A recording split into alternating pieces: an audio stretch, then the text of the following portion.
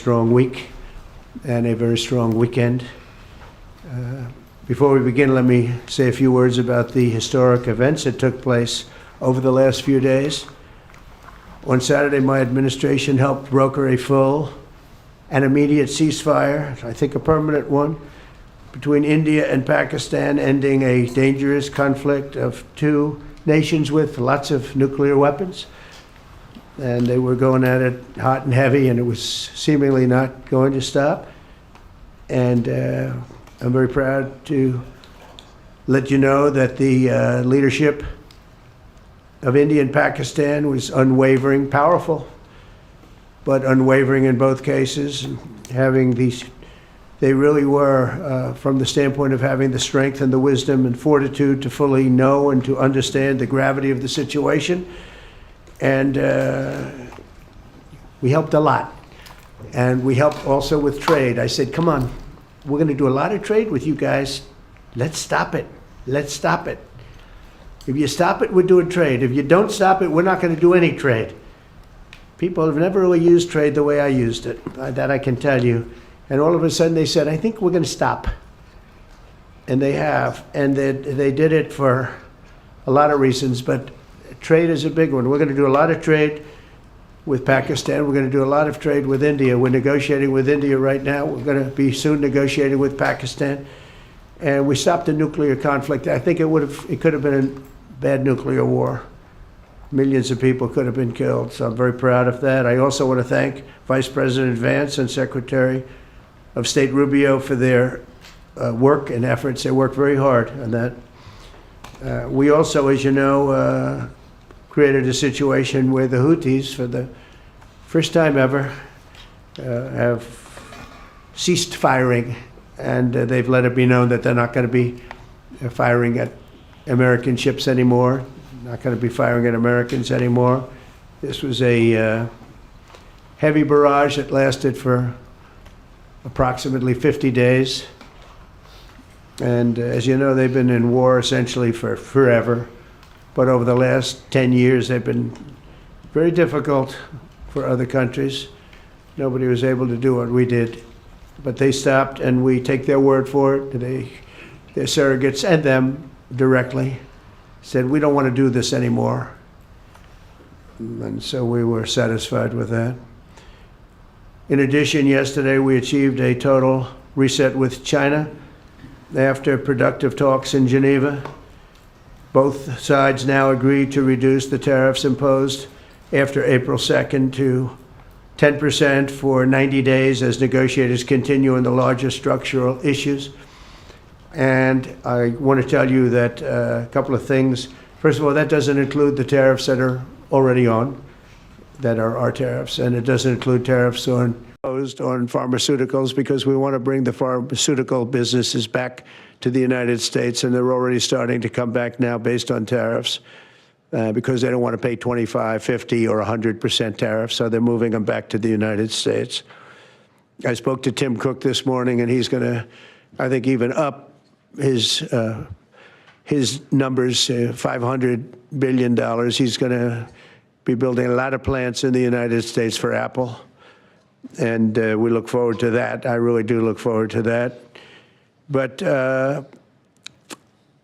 the talks in Geneva were very friendly. The relationship is very good. We're not looking to hurt China. China was being hurt very badly. They were closing up factories. They were having a lot of unrest. And they were very happy to be able to do something with us. And the relationship is very, very good. I'll speak to President Xi maybe at the end of the week. We have some other things we're doing. But one of the biggest things that we're doing, and I don't know if people realize this, but we made a great deal with China, a great trade deal. But it was a much bigger deal originally, and then they canceled it right in the last day. Some of you faces I remember were there when that happened. I remember you. And we had a deal where they opened up their country to trade with the United States. And they took that away at the last moment, and then I canceled the whole thing. And then 6 months later, we ended up doing a smaller deal, but it was a big deal. It was $50 billion worth of product that they were going to purchase from our farmers, et cetera. And we agreed to that people thought it was 15 because they were doing 15. We made it 50 because I misunderstood the 15. I said, you got to get 50. Because when I asked, if you remember the story, when I asked, what are we doing with them? My Secretary of Agriculture at the time, Sonny Perdue, said, sir, it's about 15 billion and we're asking for 15. And I thought he said 50. So I said, so they came back with the deal at 15. And I said, no way, I want 50, because you said 50. They said, sir, we didn't say that. Anyway, bottom line, I said, go back and ask for 50, and they gave us 50. And they were honoring the deal. And we would call them up a lot for the corn and for the wheat and for everything. They were honoring the deal. And then when Biden got in, they no longer honored the deal. There was nobody to call. I would call on an average of once every 2 weeks to say, come on, you have to speed it up a little bit. And our farmers were doing great. I said to them, buy more land and bigger tractors, if you remember. That's what happened. But the deal was a very good deal. But the best part of the deal was that we opened up China. China agreed to open itself up to American business to go in. And it would have been a great thing, I think, for China. They would be able to see things that they haven't seen. They would be able to buy products that they have never been able to buy. Would have been great for American business. I think it would have brought unity between China, better unity between China and the United States. And the bottom line is that they canceled it the last day. We were all set to sign it, and then I went a little bit angry. I got a little angry. I said, they canceled the deal. The deal was done. It was all ready to be signed, and people went over, they came back to me, sir, they don't want to sign the opening up China. Well, the biggest thing that we're discussing is the opening up China, and they've agreed to do that, but it's going to take a while to paper it. You know, that's not the easiest thing to paper.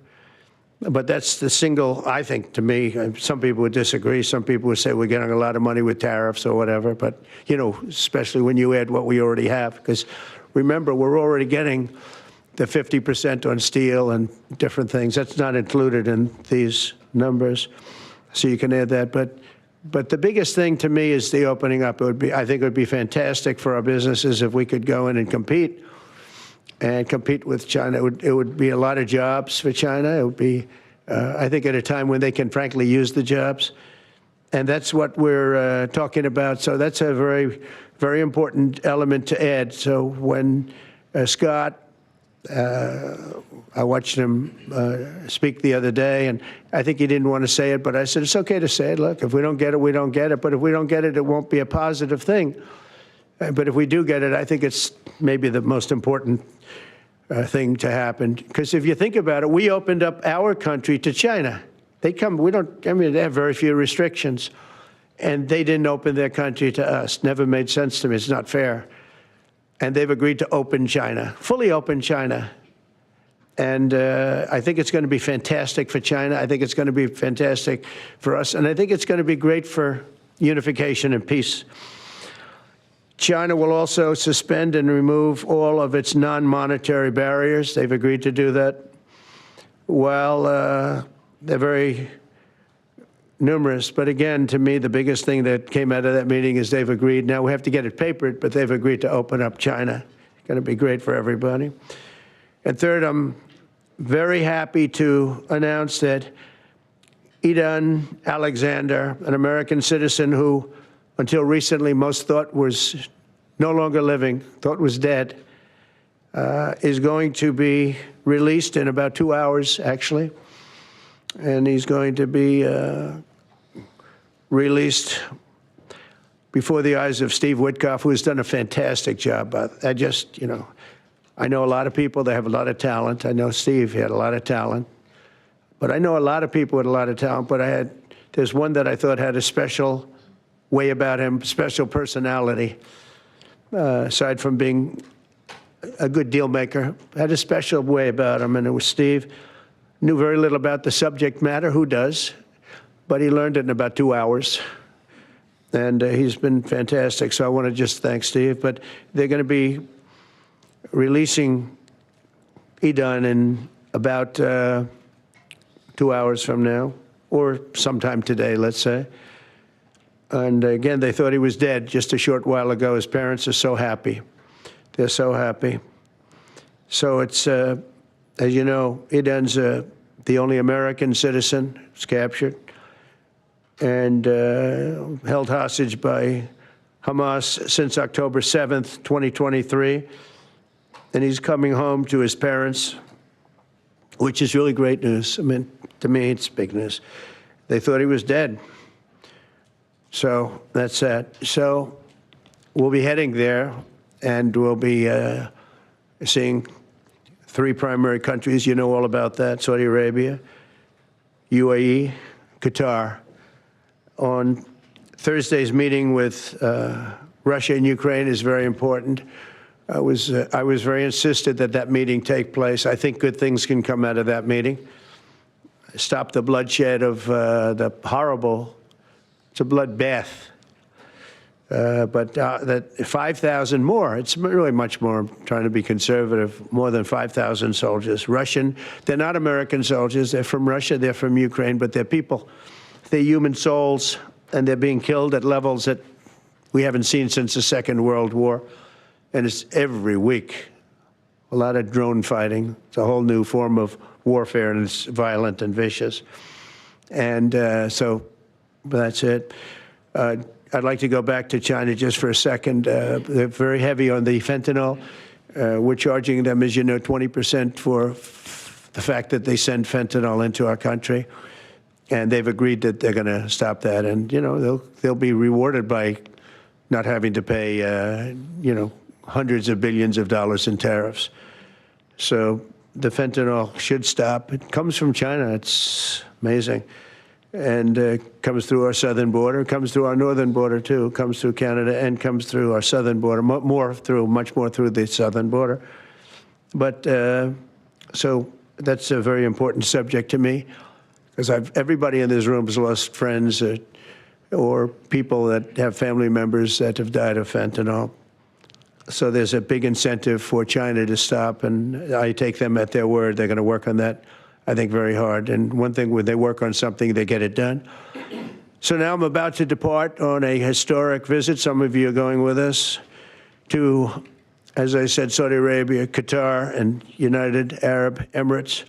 Before I do, I'll sign one of the most consequential executive orders in our country's history. I don't think there's ever been anything signed like this, certainly not with respect to health care, nothing even close. I'm delighted to be joined on this occasion by Secretary of Health and Human Services, Robert F. Kennedy, Jr., who is doing a really good job, I have to tell you that.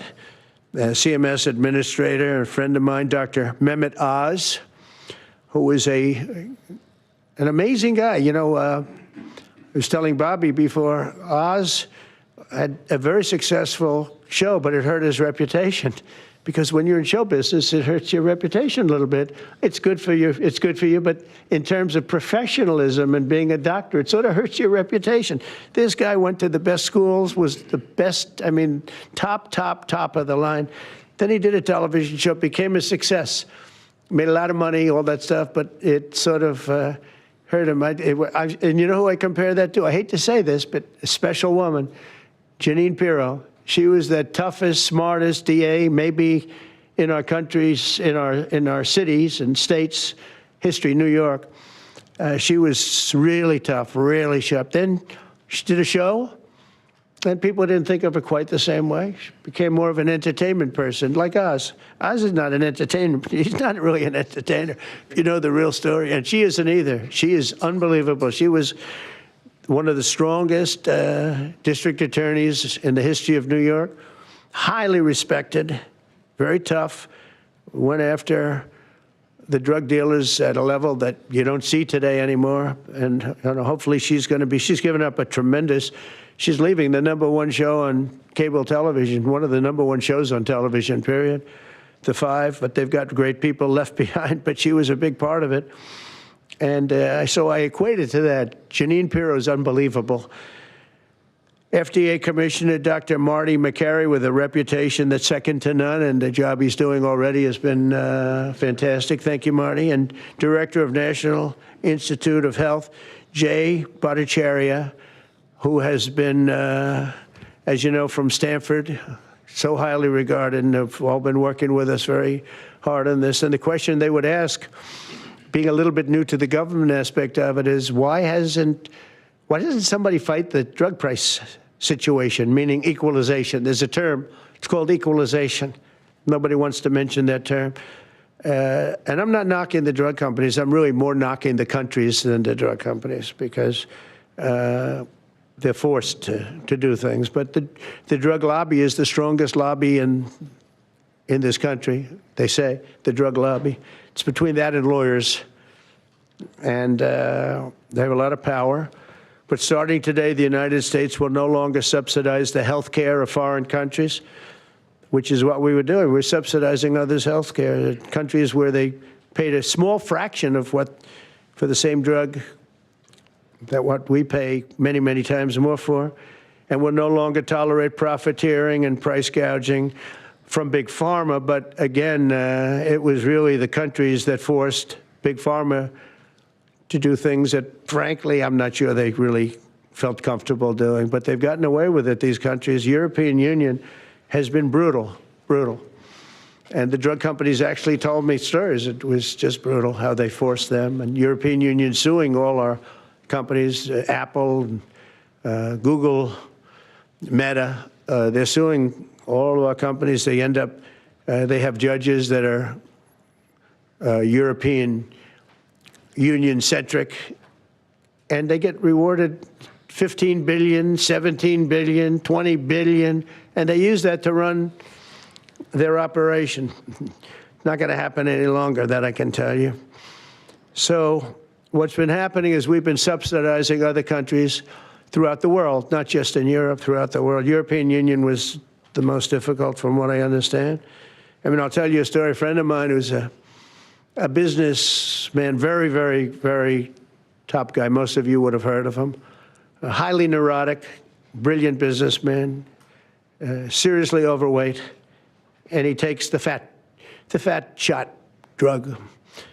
And he called me up, and he said, President, he calls me, he used to call me Donald, now he calls me President, so that's nice respect. But he's a rough guy, smart guy, very successful, very rich. I wouldn't even know how we would know this, but because he's got comments. Said, President, could I ask you a question? What? I'm in London, and I just paid for this damn fat drug I take. I said, it's not working. He said, I just paid $88.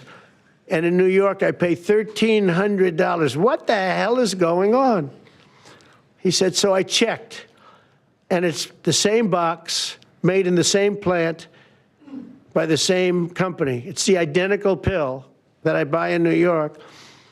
And here I'm paying $88 in London. In New York, I'm paying $1,300. Now, this is a great businessman, but he's not familiar with this crazy situation that we have. But he was stunned.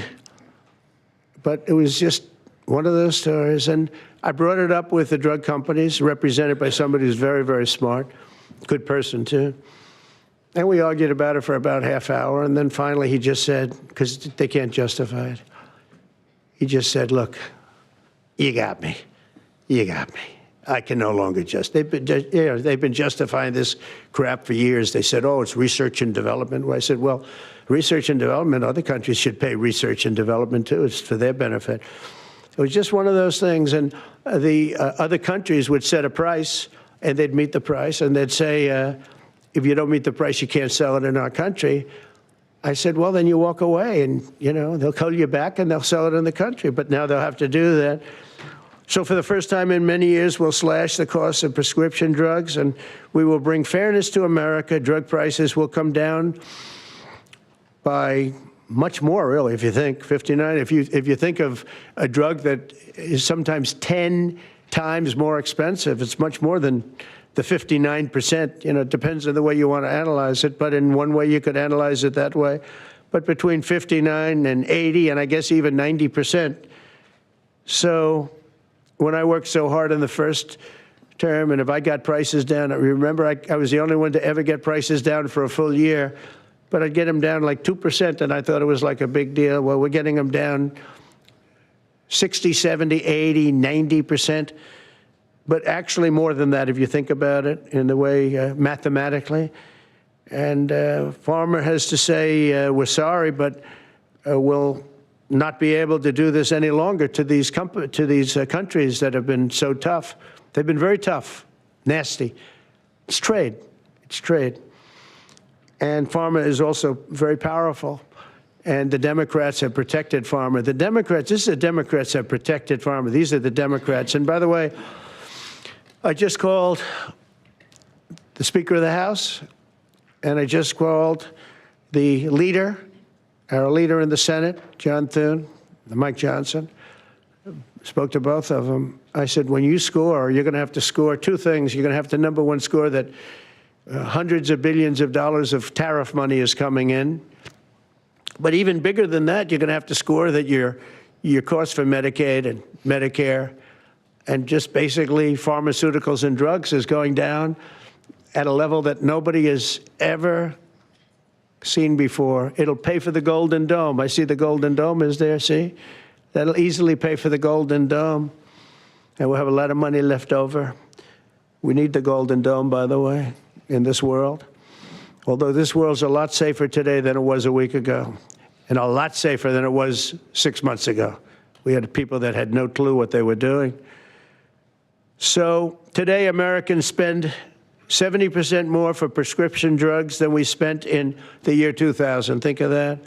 Our country has the highest drug prices anywhere in the world by sometimes a factor of 5, 6, 7, 8 times. It's not like they're slightly higher. They're 6, 7, 8 times. There are even cases of 10 times higher. So that you go 10 times more expensive for the same drug, that's big numbers. Even though the United States is home to only 4% of the world's population, pharmaceutical companies make more than 2/3 of their profits in America. So think of that. With 4% of the population, the pharmaceutical companies make most of their money, most of their profits from America. That's not a good thing. Now, I think, by the way, I have great respect for these companies and for the people that run them. I really do. And I think they did one of the greatest jobs in history for their company, convincing people for many years that this was a fair system. And nobody really understood why, but I figured it out.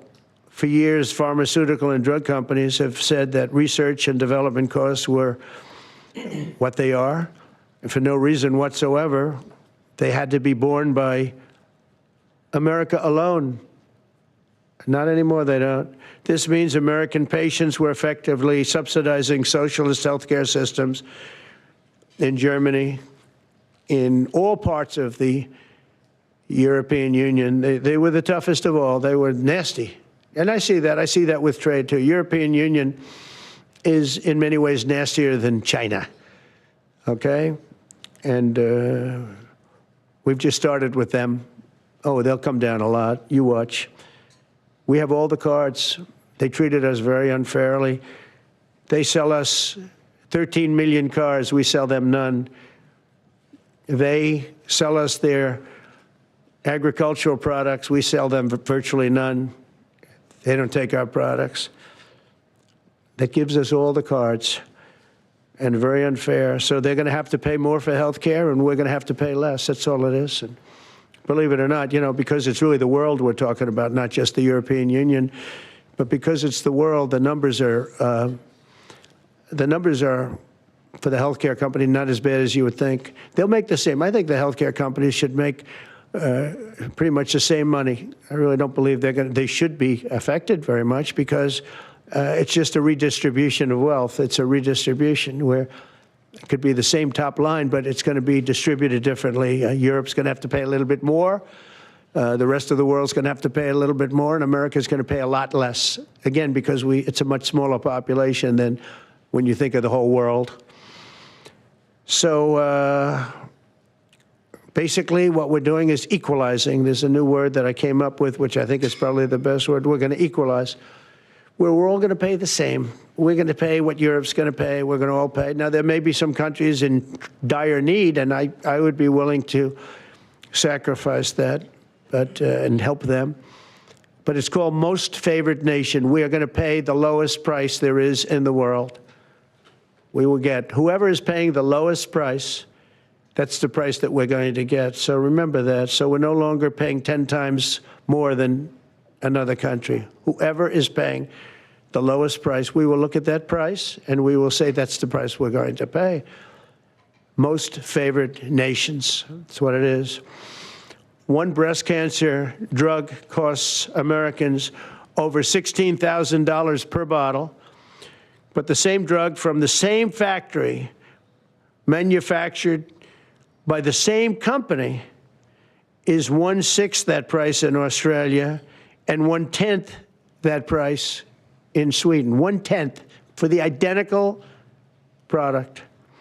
A common asthma drug costs almost $500 here in America, but costs less than $40 in the United Kingdom. So $40 in the United Kingdom, which is where this gentleman told me he paid a small amount for his shot.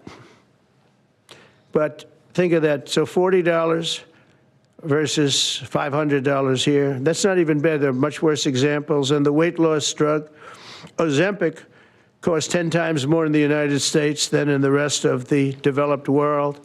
10 times more. Why? Why? What did we do? Suckers. But we never had a president that had the courage to do this. And nobody knew the system like I do. I mean, I've gotten to know this system so well. And I don't think it's fair that it benefits Obamacare. Obamacare is a failure. It's not a good health care. It works. I made it work. I had an obligation to make it work, or an obligation to let it die. I chose that we had to make it work. I had to make it as good as possible. And I had a choice. I could have let it fail or make it as good as possible. As good as possible means it was still not very good, but it survived. And we did the right thing. But this makes everything work. And I don't want to have a bad form of health care work because of the fact I was able to cut drug prices by 80 or 90%. So we're going to maybe come up with something. I think this gives the Republicans a chance to actually do a health care that's much better than Obamacare and for less money, which if you guys would work on that along with Congress. But I do want to say that Democrats could have done this a long time ago. They have fought like hell for the drug companies, and they knew they were doing the wrong thing. And it's going to be very hard. I was just telling the leader and the speaker that it's going to be very hard for the Democrats to vote against the one big, beautiful deal. The greatest tax cuts in history, greatest everything, but now you have the big drug prices because that's going to be included. It makes that whole situation different from a scoring standpoint. I just told them, I called them up about this. I said, I'm going to do something that's going to be very monumental, and you're going to be scoring.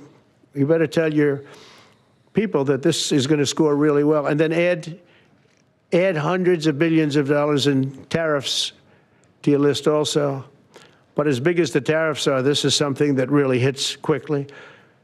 5 years ago, I signed an executive order to confront this disaster, but only confront it in a minor way. It was a good confrontation, but never to this extent. And it took people a little while to understand a very complicated system.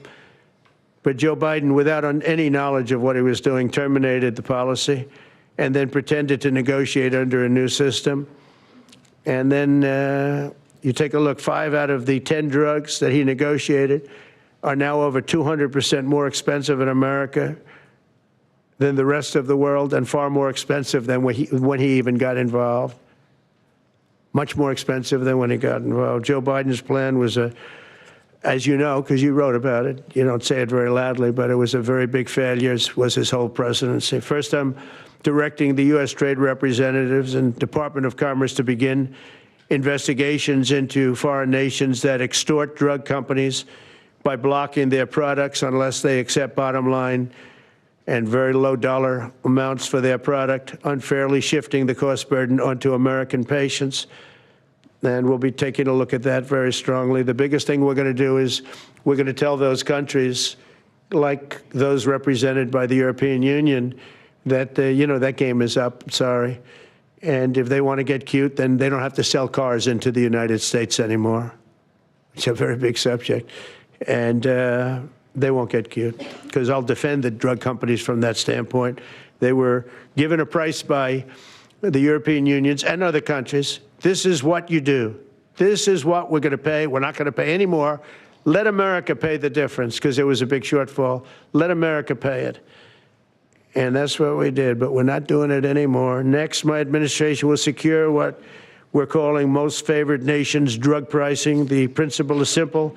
Whatever the lowest price paid for a drug in other developed countries, that is the price that Americans will pay. And we're using the term other developed countries because there are some countries that need some additional help, and that's fine. I think that's very good.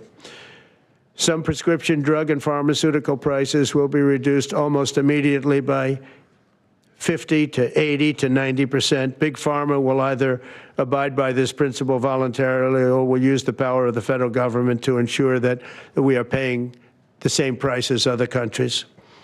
To accelerate these price restrictions and reductions, my administration will also cut out the middlemen. We're going to totally cut out the famous middlemen. Nobody knows who they are, middlemen. I've been hearing the term for 25 years, middlemen. I don't know who they are, but they're rich. That I can tell you. We're going to cut out the middlemen and facilitate the direct sale of drugs at the most favored nation price directly to the American citizen. So we're cutting out, Bobby, the middlemen. It's so important, right? You got to do that. They're worse than the drug companies. They don't even make a product, and they make a fortune. It's very smart business people, that I can tell you. If companies make no significant progress toward most favored nation pricing, which we will insist that they do, so I think I'm wasting time talking about it. We're going to insist upon it. And we'll insist, and we're going to help the drug companies with the other nations, because those other nations do a lot of trading with us. They need our trade, just like China needed us very badly. They need us just as badly. We will do whatever we have to with trade, just like we did some great things with trade with India and Pakistan. It really helped the situation, very heated situation. Could have lost millions of people, more than millions. I mean, many millions of people. And they want to do business with America, but we never used our powers that way. We never knew how. We never had people that knew how to do that. We'll also open up America's market to safe and legal imports of affordable drugs from other countries, putting dramatic downward pressure on prices. And if necessary, we'll investigate the drug companies, and we'll, in particular, investigate the countries that are doing this, and we will add it onto the price that we charge them for doing business in America. In other words, we'll add it onto tariffs if they don't do what is right, which is everybody should equalize. Everybody should pay the same price. And special interests may not like this very much, but the American people will. I am doing this for the American people. I'm doing this against the most powerful lobby in the world, probably the drug lobby, drug and pharmaceutical lobby. But it's one of the most important orders, I think, that's ever been signed, certainly with regard to health care or health in the history of our country, and it's an honor to be a part of it. And I'd like to ask Robert F. Kennedy to say a few words, please. Thank you. Thank you, Mr. President.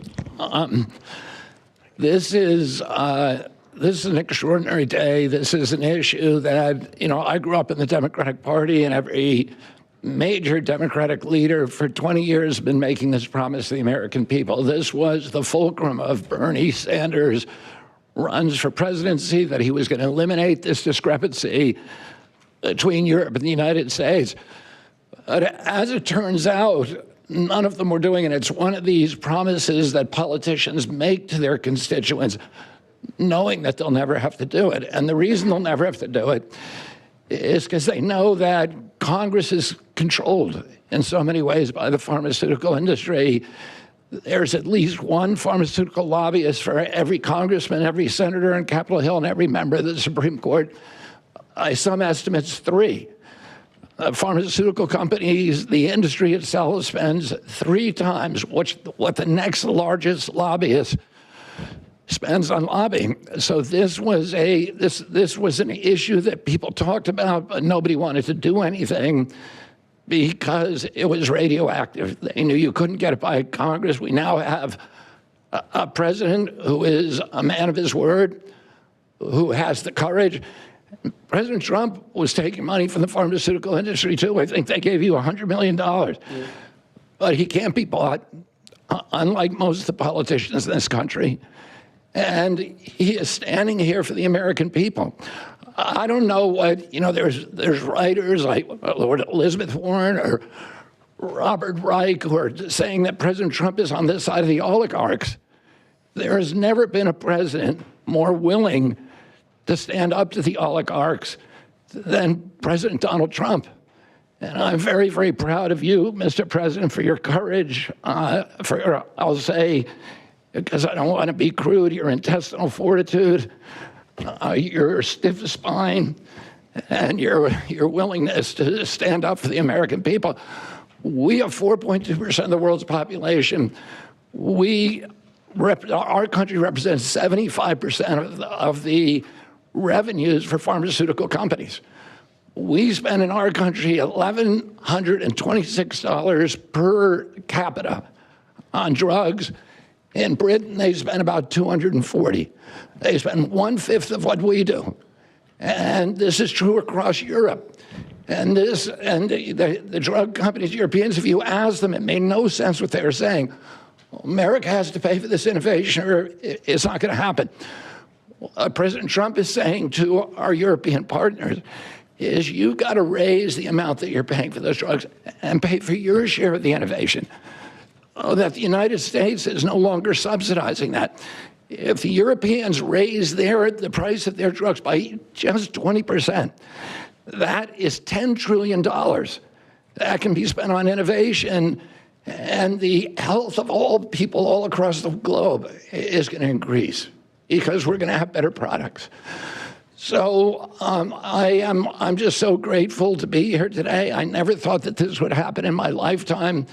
I have a couple of kids who are Democrats, are big Bernie Sanders fans, and when I told them that this was going to happen, they had tears in their eyes because they thought this is never going to happen in our lifetime, and we finally have a president who's willing to stand up for the American people. Thank you, and Dr. Oz.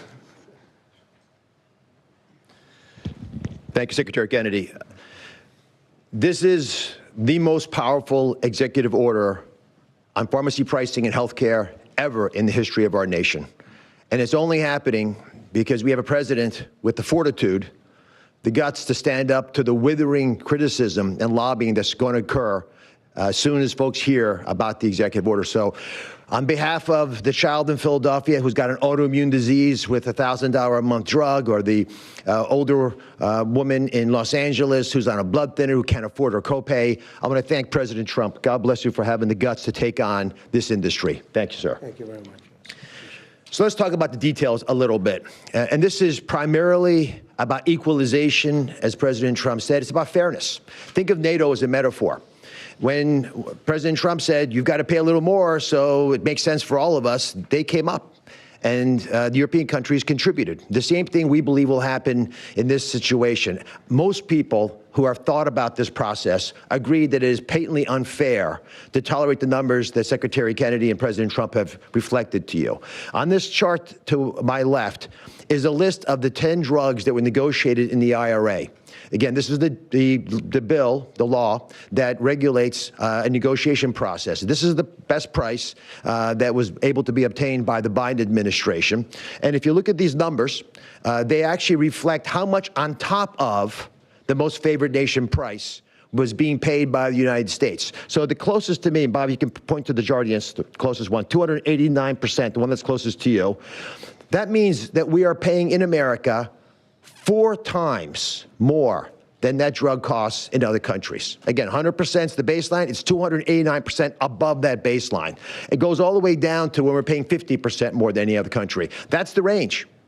As was pointed out by President Trump, half the time we're paying 3 times more than is paid in other countries. It doesn't make any sense for the system. That stated, President Trump has over and over again indicated, and Secretary Kennedy reflected as well, we want innovation. We want our technology partners doing the best they can to make the best solutions for drugs to cure as many people in America and around the world as possible. By getting our allies to pay a bit more as they should be, and they should have for many years been doing, will course correct a problem that's gotten out of hand. And by doing that in a thoughtful, effective way, we're going to be able to get the pharmaceutical industry whole. Those jobs will still be here, will still be productive, will still be curing cancer and a slew of other ailments that plague humanity. America will still be the leader in this space, but we'll be paying the appropriate amount, the right-sized amount for those tasks. So over the next 30 days, the four of us up here, together with people standing in the back of this room who are doing a lot of the heavy lifting, are going to be approaching pharmaceutical companies to talk specifically about what we want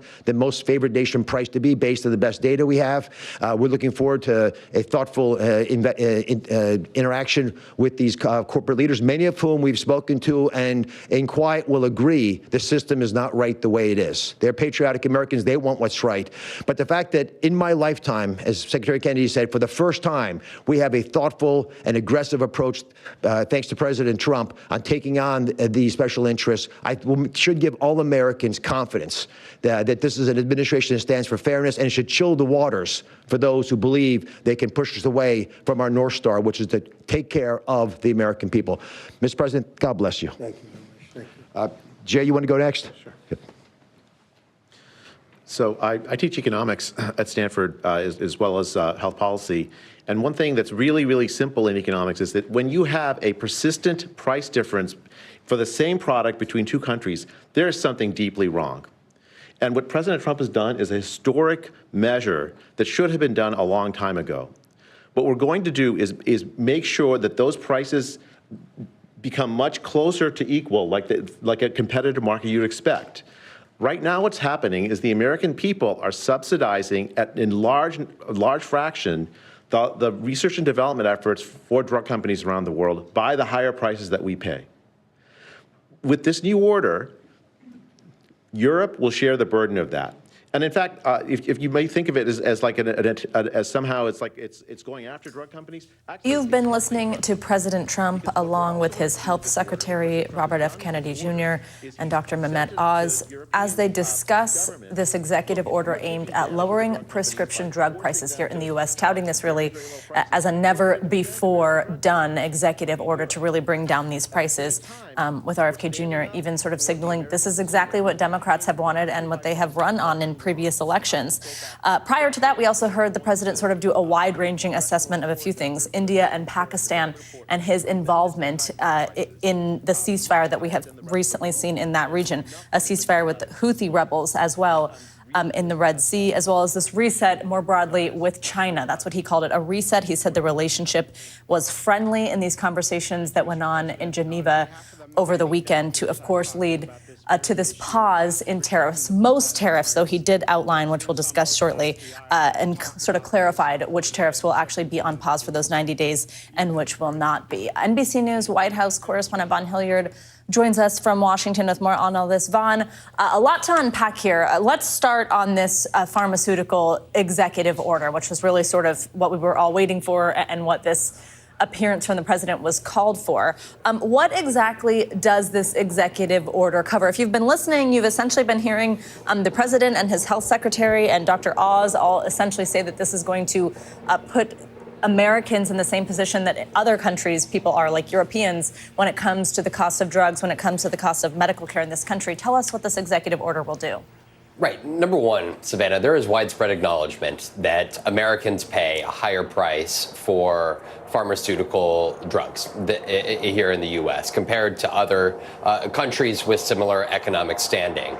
And that is where you have heard, particularly Democrats have been very outspoken over past years about the need to bring down the price of prescription goods, prescription drugs. And that is what the president of the United States is announcing here in just these last few minutes that he intends to do. But there are some reality checks here that we've got to be very, very clear about. Number one, just a little over a year ago, the Medicare began negotiating the price of some prescription drugs with major pharmaceutical companies here in the U.S. But Medicare was given that ability through legislation, the Inflation Reduction Act, signed into law, passed by Congress and signed into law back in 2022.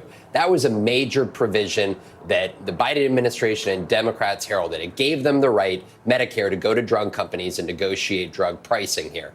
That is not what is happening here. This is the president of the United States not saying he is going to Capitol Hill and asking Republicans in the House and Senate to pass a piece of legislation or go through official rulemaking process to mandate the price of drugs be lower for Americans. Instead, he is saying that he intends, over the course of these months and years ahead, to effectively use the power of the White House to try to force the hands of drug companies, threatening investigations into drug companies if they don't willfully lower their prices for Americans, threatening further trade wars and tariffs on other countries, particularly European countries, that he says unfairly get a better price for U.S.-based pharmaceutical drugs. And so essentially what you're having here is the president trying to use the strong arm of the executive branch to force the hand of these U.S. drug companies, who, let's be very clear, as you heard Robert F. Kennedy Jr. says, they have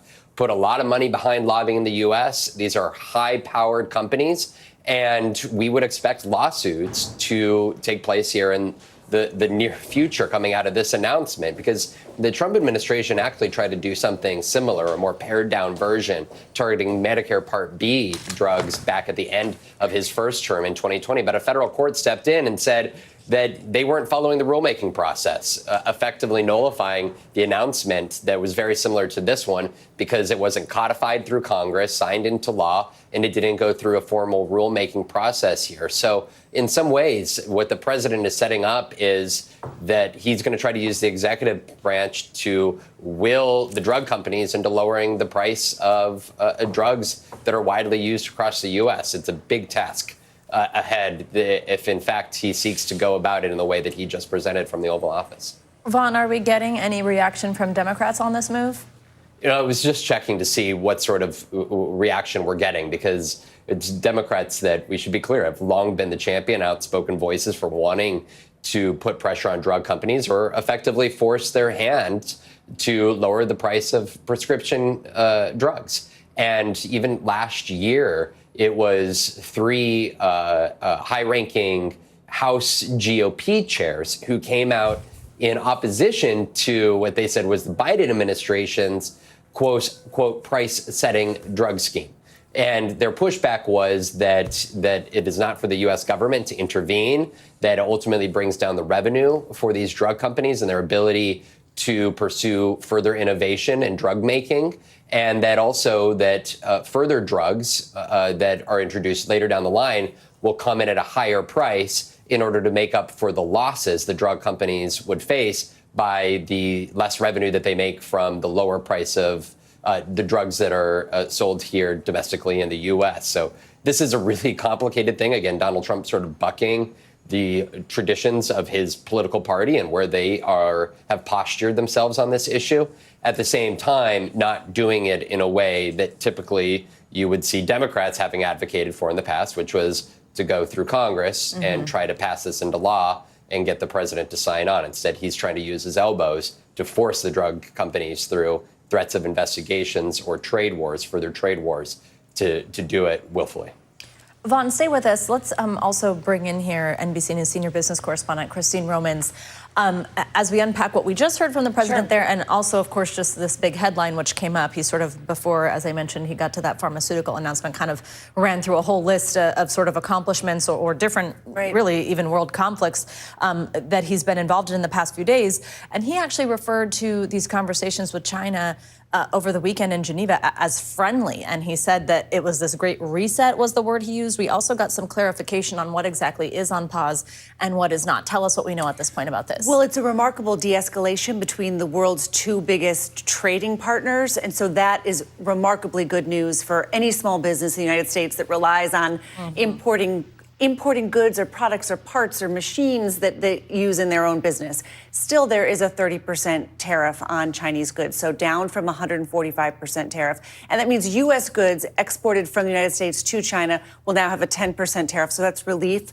for farmers and ranchers in the U.S. who saw their own products with a very big price tag in China so high that two-way relief. Yeah, that was really too high for there even to be trade overall. The president said that there was progress on the fentanyl issue. The raw ingredients of fentanyl come from China, he says, and the Chinese had said that they would help on that. Other than that, though, nothing has really changed. And now they have got 90 days to negotiate. So really dramatically lowered the tariffs, although tariffs are still in.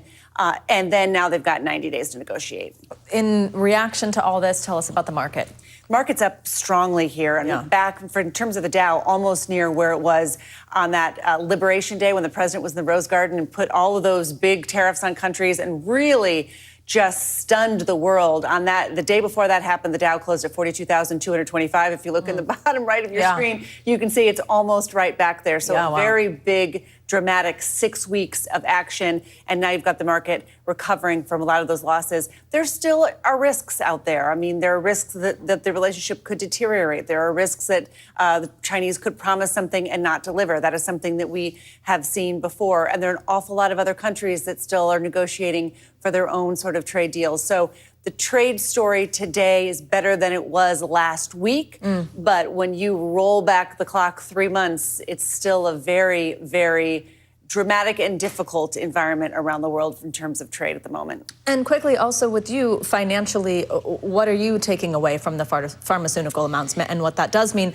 First of all, for, kind of like the two ways that we've seen this going with the president, and it seems what his intentions are for tariffs, whether that's negotiation with countries or whether that's American manufacturing coming back. So in terms of the drug industry announcement he's making here today, he tried to do this on a smaller scale in his first administration. So this is unfinished business for the president. He has wanted to lower drug prices, as have Democratic and Republican. You said that the release of the American hostage, Eden Alexander, is a step in good faith to end this war.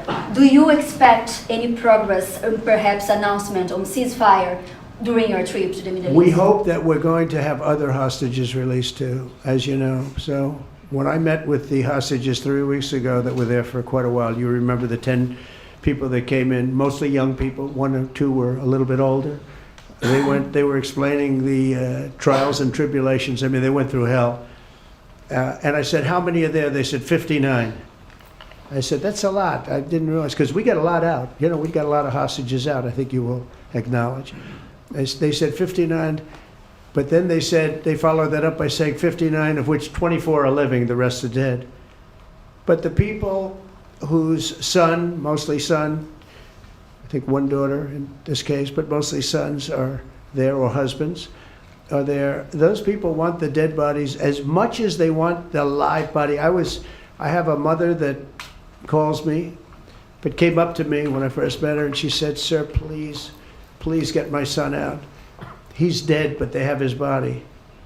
And I asked her about that, and it's as though he were alive. The level of wanting that body back is the same. It couldn't be any more, as though he were alive. So, getting the bodies back is very important. That could be a thing having to do with the religion. It could be same. I was amazed at the level of importance. It's the same as if the son or husband or whatever was alive.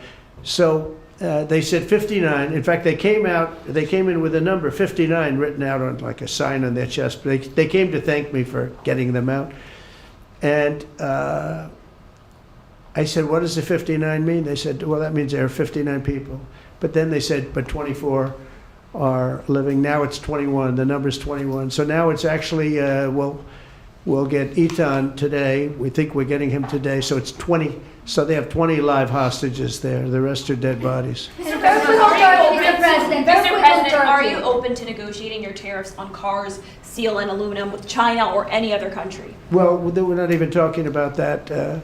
We're bringing the car business back into this country. We have commitments, not only commitments, they've already started construction on many plants. They've left Mexico in a few cases. In a few cases, they've left Canada. They're not going to build in Canada. They're going to build here because we have the market, and the tariffs have been amazing. The election and the tariffs. November 5th was a big day, and on top of that, of course, you wouldn't have the tariffs without the election, I guess, if you look at it. But we have at least 11 committed massive car factories that are going to be built, that are in the process of being built.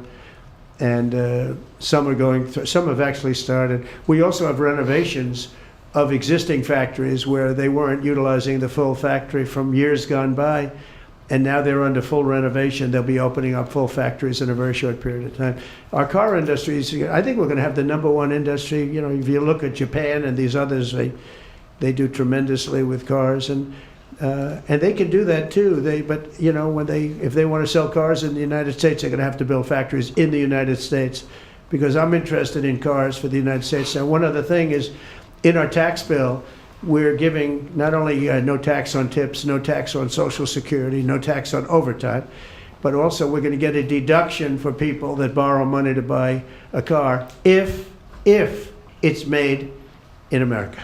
If it's not, we have no interest. On the meeting with between President Putin as well as President Zelensky, if President Putin doesn't show up to these talks in person in Turkey, will you join Europe in putting higher sanctions on Russia? If I felt it would be important toward getting the deal done, I'm the one that insisted on the meeting. They couldn't get a meeting because one said ceasefire, one said no ceasefire. It was going back and forth. I said, look, at this point, we got to stop it. Just go to the meeting. The meeting's been set.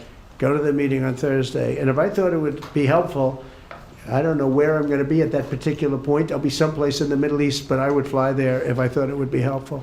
Yeah. Mr. President, refugees. I want to ask you about South African refugees. Dozens of Afrikaners who claim discrimination in their home country are heading to the United States, right, where your administration is going to welcome them as refugees. Now, this comes as you've halted virtually all refugee admissions for people fleeing famine and war from countries like Sudan and the Democratic Republic of Congo. Why are you creating an expedited path into the country for Afrikaners but not others? Because they're being killed, and we don't want to see people be killed. Now, South Africa leadership is coming to see me, I understand, sometime next week. And, you know, we're supposed to have I guess a G20 meeting there or something, but we're having a G20 meeting. I don't know how we can go unless that situation's taken care of. But it's a genocide that's taking place that you people don't want to write about. But it's a terrible thing that's taking place. And farmers are being killed. They happen to be white. But whether they're white or black makes no difference to me. But white farmers are being brutally killed, and their land is being confiscated in South Africa. And the newspapers are being brutally killed, and their land is being confiscated in South Africa. And the newspapers and the media, television media, doesn't even talk about it. If it were the other way around, they'd talk about it. That would be the only story they'd talk about. And I don't care who they are. I don't care about their race, their color. I don't care about their height, their weight. I don't care about anything. I just know that what's happening is terrible. I have people that live in South Africa. They say it's a terrible situation taking place. So we've essentially extended citizenship to those people to escape from that violence and come here. Yeah. Mr. President, thank you. Are you letting China off the hook for these 90 days, and do you really believe that they will follow through with non-tariff barriers and remove those? Non-monetary tariffs, yeah. Yeah, I think they're going to follow through. I think they want it very badly. I think they want the deal very badly. Again, this doesn't include the steel tariffs that I put on a long time ago that Biden tried to get off, but he couldn't get them off because it was too much money. You know, I took in hundreds of billions of dollars from China, what a lot of people don't know, but we put on the tariffs originally. And if I didn't do that, we wouldn't have a steel industry today. Now we have a thriving steel industry. It'll be thriving much more with what we're doing because this is the next level. But it doesn't include that, doesn't include cars, doesn't include pharmaceuticals when we do that. And the reason we're doing that will be to get them to come back in the country. You know, there are, again, I always say it because a lot of people forget, but if a company like Eli Lilly, which is making a massive investment in the United States right now. They're building many, many plants. They've already started like 7 of them, many plants, but they are not going to be tariffed. There's no tariff cost. So they're all doing that. They're all coming back to the United States. I mean, I'll tell you what, I hope I get the benefit of watching this because, as president, because, you know, it takes a little while to do this stuff. And we're doing it early in the administration. If you think of it, we have, I believe, if you look at the real total, it's over $10 trillion committed for plants and factories. Other administrations haven't had $1 trillion over a 4-year period, even over an 8-year period. We have over $10 trillion committed in one form or the other over 2 months. give me a break. I'm here to hear 3, but let's give me a break on the first month. We want to get acclimated. But, but if you think about it, it's really 2 months. And so in 2 months, we have an investment already of over $10 trillion. And other presidents haven't had that done over a year, over 4 years in some cases. It's unprecedented. There's never been anything like it. It's a very exciting time in America. Thank you very much. Mr. President, who's in charge of the budget bill while you're gone, sir? Mr. President, are you ready to impose sanctions on Russia if Putin doesn't agree with the 30-day ceasefire? I have a feeling they're going to agree.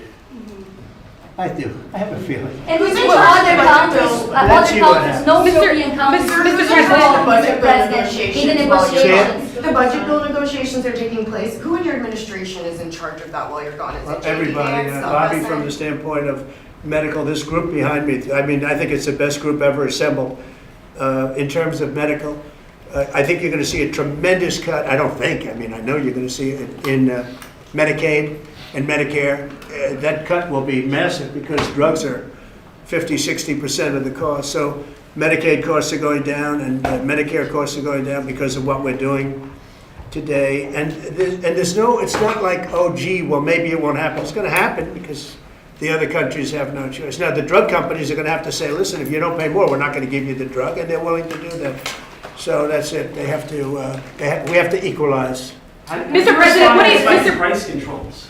Say it. How do you respond to the fact that this? It's not price control. No. What was price control is before. If you want to talk about price control, is what they were doing. They were making us pay. They set a price, and they said, "Here's what we're going to pay, and anything else charge America." Because at that time they had a very stupid president, and it really went crazy during the last 4 years. And remember this, the Democrats are the ones that allowed this to happen. They were the ones that were the protector of this pricing system. And I think it's going to be very hard. You'll have to ask Democrats, are they going to vote against the one great, big, beautiful deal that's being negotiated now, tax cuts, etc., when now on top of the tax cuts and regulation cuts, all the things, now you're going to say that the price of your medicine is going down by 60, 70, 80%.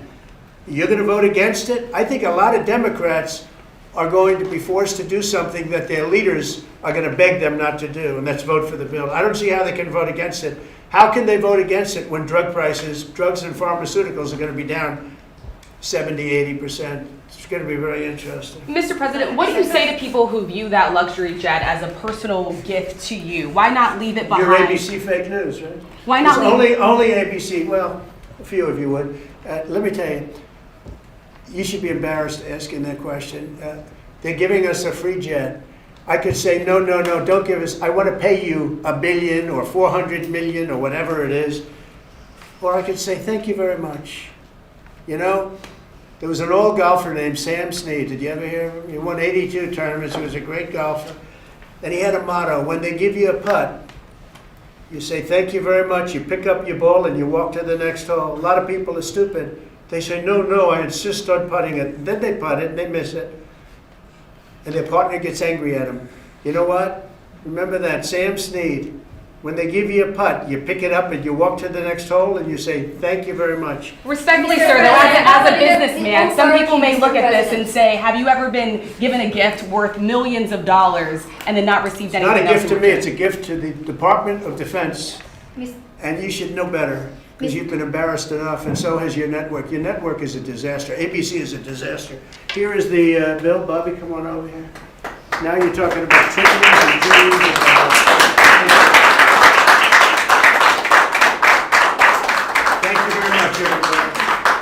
Mr. President, a quick question about Turkey. Do you? Thank you very much.